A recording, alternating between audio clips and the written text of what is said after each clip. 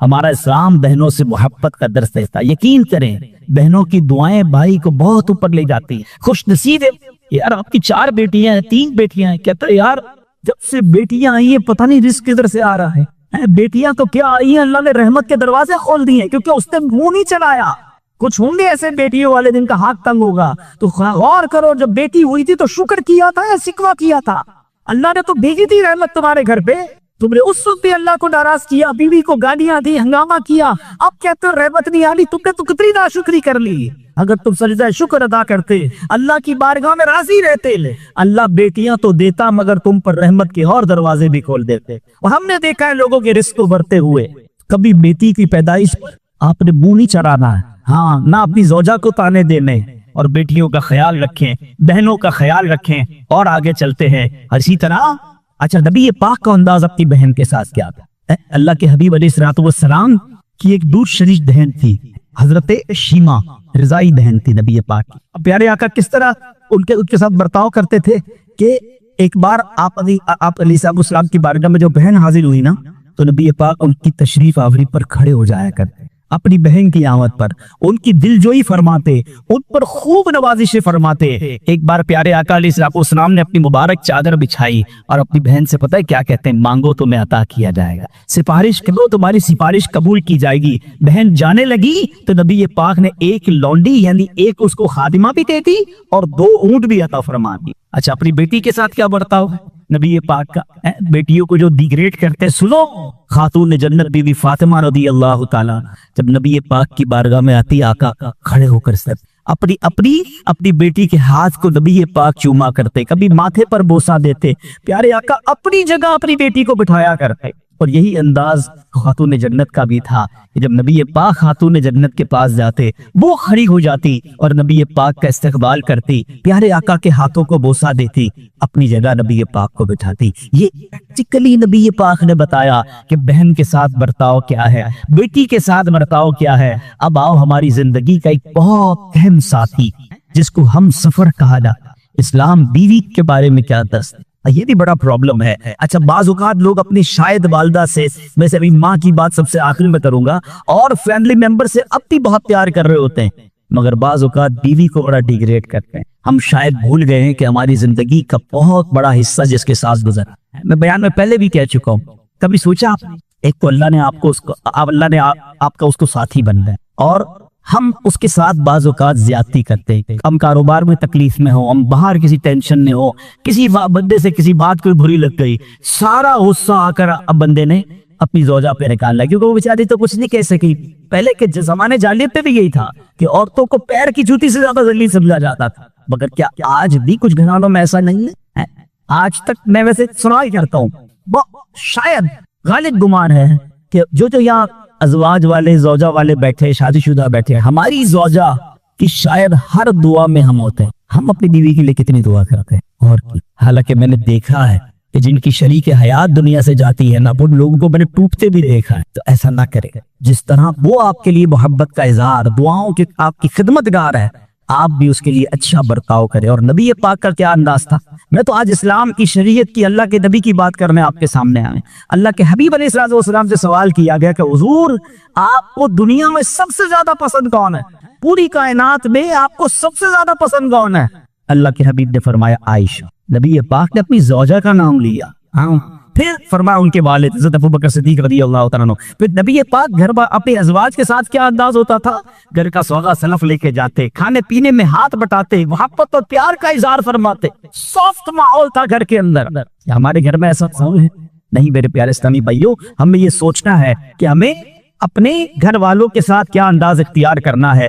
نبی پاک علیہ السلام فرماتے ہیں کہ اسلام سے پہلے بلکہ بخاری شریف کی حدیث بتاتا اسلام سے پہلے مال کے لیے جانوروں اور دوسرے ساز و سامان کے ساتھ ساتھ بیوی کو بھی رہن رکھوا دیا جاتا تھا. جیسے پیسے کوئی رہن رکھواتا تھا نا بیوی بھی ایک مائی کی طرح تھی. لوگ گروی رکھا رہتے تھے اپنی بیوی کو. یہ اسلام سے پہلے بیویوں کا حال تھا. اللہ اکبر. اسلام نے نکاح کے ذریعے عورت کو مرد کے آدھے ایمان کا محافظ قرار دے دیا. قرآن کہتا ہے وَعَاشِرُوهُنَّ بِالْمَعْرُوفِ ان سے اچھا برتاؤ کرو. اسلام نے بیویوں کے ساتھ اچھا برتاؤ کرنے والے کو سب سے بہترین قرار دیا. اللہ اکبر. خواتین تو میں کہتا ہوں نہیں یہاں انشاءاللہ اس بات کو بھی اگر واقعی عقل مند خواتین اس بیان کو سنیں گی تو وہ جو مسکنسپشن پیدا کیا جاتا ہے کہ جناب اسلام میں عورتوں کو آزادی نہیں ہے, جناب اسلام میں عورتوں کے لیے گھٹن ہے, اللہ اکبر. ذرا پہلے اسلام سے پہلے کے حالات پڑھو اور اس کے بعد اسلام کے آنے کے بعد عورتوں کو کیا شاندار مقام میرا دین دیتا ہے. اللہ کے نبی نے بیسٹ لوگوں کی جب مثال بیان کی, بہترین لوگوں کی مثال بیان کی, تو نبی پاک فرماتے ہیں, ترمذی کی حدیث ہے, سب سے بہتر وہ ہے جو اپنے اہل کے لیے بہتر ہو, یعنی اپنی فیملی کے لیے بہتر ہو. اور آقا فرماتے سنو میں تم سب سے زیادہ اپنے اہل کے لیے بہتر ہو. نبی پاک سب سے زیادہ اپنی فیملی کے لیے بہتر. نبی پاک علیہ السلام سے ایک شخص نے پوچھا حضور شوہر پر بیوی کا کیا حق ہے؟ تو آپ نے فرمایا جب وہ کھائے یعنی شوہر کھائے تو بیوی کو کھلائے, جب لباس پہنے اسے بھی پہنائے, اس کے چہرے پر نہ مارے, اسے بدصورت نہ کہے, اور اگر سمجھانے کے لیے اس سے علیحدگی کرنی پڑے تو گھر میں ہی علیحدگی کرے. اللہ اکبر. ایک بار حضرت عمر فاروق رضی اللہ عنہ کی بارگاہ میں سنیے گا بڑا دلچسپ ہوا. سیدنا عمر فاروق کا کتنا بڑا نام, آپ کے جلال کی, آپ کی عدالت کی مثالیں دی جاتی, بڑے بڑے لوگ آپ کے سامنے تھر تھر کانپتے تھے. حضرت عمر کا حال یہ تھا, آپ کا گھر میں انداز کیا تھا کہ ایک شخص آیا کہ میں حضرت عمر کے پاس جاؤں اور بتاؤں میری بیوی جو ہے مجھ سے اس طرح بات کرتی ہے, اور میرا وہ انداز نہیں ہوتا جو شوہر کے سامنے ہونا چاہیے, ہوتا ہے گھروں میں ہو جاتا. تو حضرت عمر کے دروازے پر پہنچا نا تو اندر سے اسے سیدنا عمر فاروق رضی اللہ تعالیٰ کی زوجہ ام کلثوم رضی اللہ تعالیٰ کی ناراضگی کی عالم میں گفتگو کرتے ہوئے سنا. وہ حضرت عمر سے بات کر رہی, تو وہ شوہر سوچنے لگا کہ میں تو اپنی بیوی کی شکایت لے کر آیا تھا, حضرت کے تو گھر کا بھی معاملہ ہی ایسا ہے. تو وہ کہتے میں واپس ہونے لگا. حضرت عمر نے بلا لیا, کیوں آئے تھے؟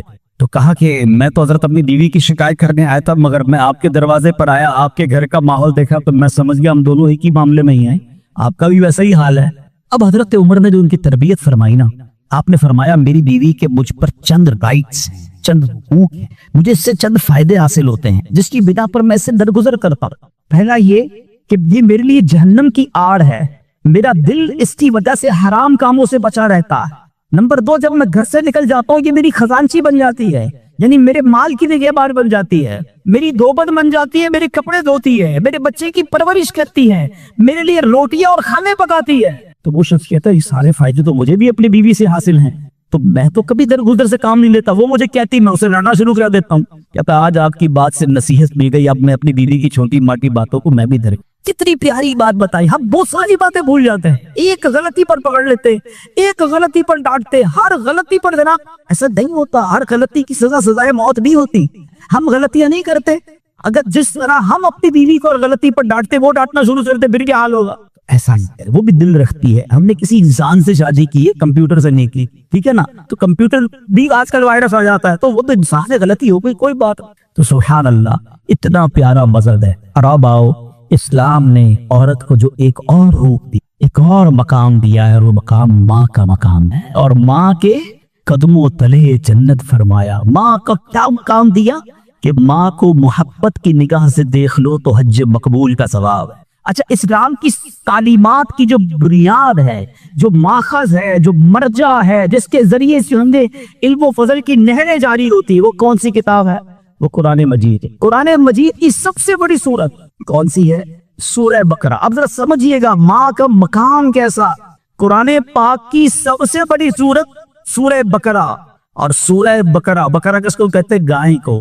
یہ کون سی گائے تھی؟ یہ دنیا کی سب سے قیمتی گائے تھی. اگر اس تفسیر کو پڑھیں نا ہم تو اللہ اکبر, پتہ یہ چلے گا کہ قرآن پاک کی سب سے بڑی سورت, اس کا جو سینٹرل آئیڈیا ہے, جو مین ٹاپک ہے, وہ بھی ماں کا ادب ہی ہے. وہ ایک نوجوان ہی تو تھا نا جس نے ماں کی خدمت کی, اور اللہ نے اس خدمت کا صلہ یہ دیا کہ ایک ایسی گائے ان کو مل گئی کہ جو سونے کے وزن کے مطابق بیچی گئی. تفصیلی واقعہ ہے, واقعہ پورا بیان نہیں کرتا, اشارہ دے رہا ہوں کہ سورہ بقرہ کا بھی اگر پیغام پڑھے, مفسرین نے لکھا کہ سورہ بقرہ کا پیغام یہ ہے کہ اپنی ماں کا ادب کرے, اپنے والدین کا ادب کرے, اور جب والدین کا ادب کرتا ہے اللہ ایسے نوازتا ہے, غیب کے خزانوں سے نوازتا. اور ماں کی دعائیں, اللہ اکبر.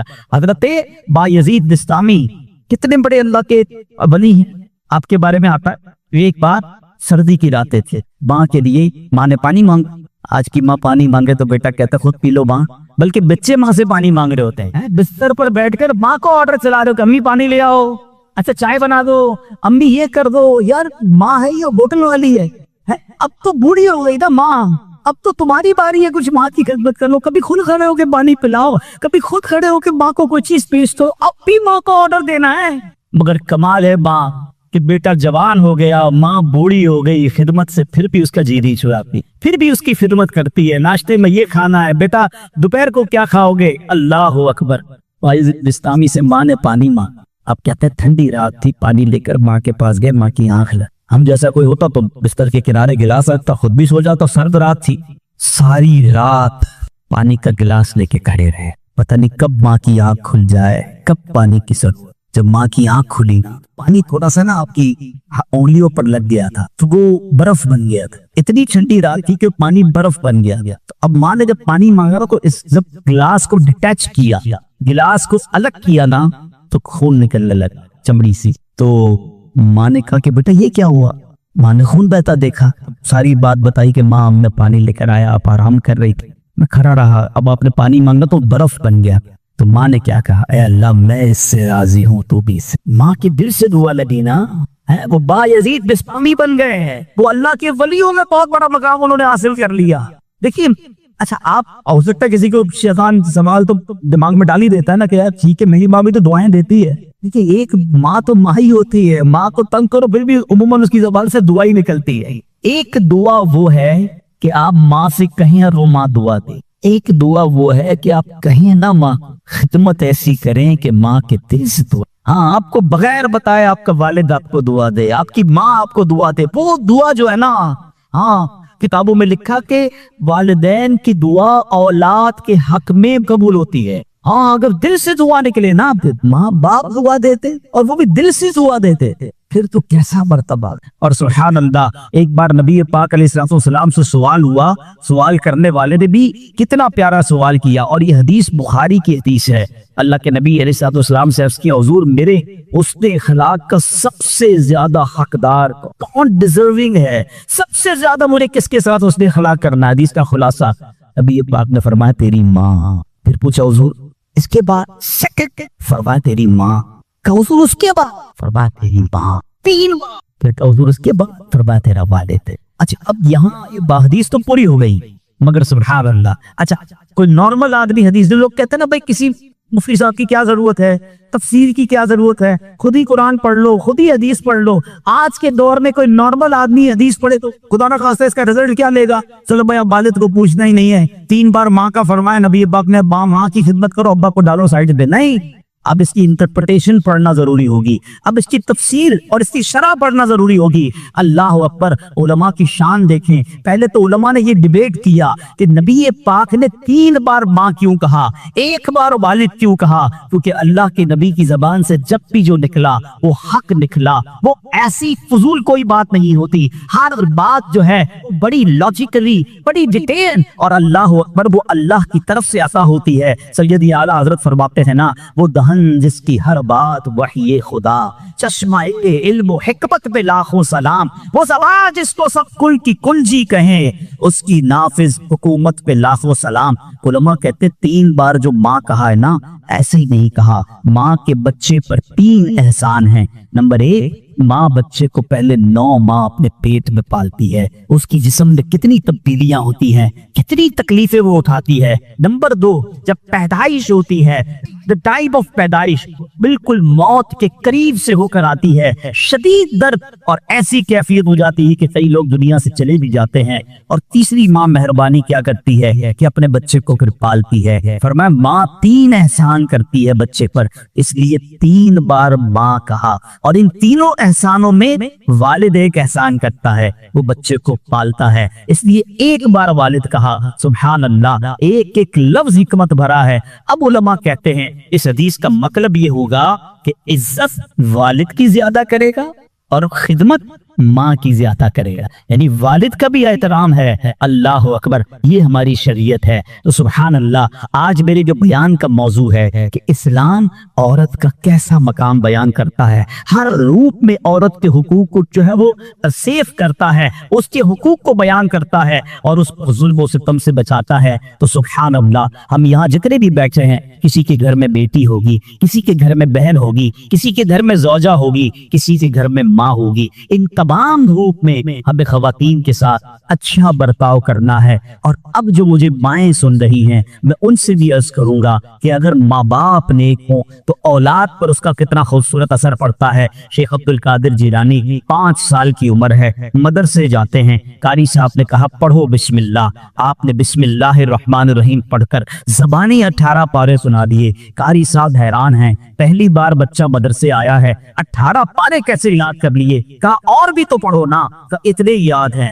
کہاں سے یاد کیے؟ کہ میری ماں 18 پاروں کی حافظہ تھی، میں ماں کے پیٹ میں تھا، وہ تلاوت کرتی تھی، میں پیٹ میں قرآن یاد کر لیتا۔ اچھا، یہ تین غوث پاک کی کرامت ہے، یہ آج کے دور میں پاسبل، ایسے عام جیسے لوگوں کے لیے پاسبل نہیں نظر آتا۔ لیکن ایک بات تو ہے نا کہ وہ تلاوت کرتی ہے، دودھ پلاتے وقت تلاوت کرتی تھی۔ سیدہ فاطمہ رضی اللہ تعالیٰ کے بارے میں بھی آتا ہے کہ خاتون جنت حسنین کریمین کو جب دودھ پلاتی یا جھولا دیتی تھی، انہیں قرآن سناتی تھی۔ آج ہم کیا کرتے ہیں، چھوٹے بچے کو بھی موبائل پکڑاتا، ہر کھلونے میں میوزک، اسٹارٹ سے ہی اس کو میوزک کا عادی ہم بنا رہے ہیں۔ تو میری مائیں، میرے بھائی، اگر آپ اپنے بچوں کو نیک دیکھنا چاہتے ہیں تو غوث پاک کی سیرت سے سیکھو کہ ماں باپ نیک تھے، اللہ نے اولاد کو کیسا۔ تو اگر میں اور آپ چاہتے ہیں، آج بیان تو ہو رہا ہے نا کہ ماں کئی سال ثواب کرنا ہے، ماں کی خدمت کرنی ہے، لیکن بچے کو دین کے قریب لاؤ گے تو آپ کی خدمت کرے گا نا۔ آج کل تو دنیا کے اتنا حوالے کر دیا ماں باپ نے کہ بعد میں خود اپنے بچوں سے ڈر لگ رہا ہوتا ہے۔ ارے باپ رے باپ، میرا بچہ بڑا آفیسر ہے، میرا بچہ بڑا ڈگری ہولڈر ہے، وہ فلاں ادارے میں کام کرتا ہے، اس کو برا لگ جائے گا۔ ارے تف ایسی اولاد پر جس سے ماں باپ بات کرے تو انہیں ڈر لگے کہ بیٹے کو برا لگ جائے گا۔ اپنے بیٹے کو دیندار بناؤ، انشاءاللہ اگر آپ کا بیٹا صحیح معنوں میں دیندار بن گیا، عالم بنا، مفتی بنا، یا بے شک اچھی کتابیں پڑھ کر، قرآن و حدیث پڑھ کر اچھا مبلغ بن گیا، اس بیٹے کو ڈر لگے گا کہیں ماں باپ کو برا نہ لگے۔ یہ فرق ہوتا ہے۔ بچہ دین سیکھے تو اب بچہ ماں باپ کا ادب کرتا ہے۔ تو بہرحال اگر ہم چاہتے ہیں کہ ہماری اولاد ہماری زندگی میں بھی ہماری فرما بردار رہے اور ہمارے مرنے کے بعد بھی ہمارے لیے صدقہ جاریہ بنے، تو ہمیں خود بھی نیک بننا ہوگا اور اپنے بچوں کو نیک ماحول سے وابستہ کرنا ہوگا۔ سبحان اللہ، غوث پاک رضی اللہ تعالیٰ کی سیرت کو دیکھیں۔ ماں کو کہتے ہیں ماں بغداد جانا ہے۔ کیوں جانا ہے؟ گھومنے پھرنے نہیں، علم دین سیکھنے۔ کیسی ماں تھی؟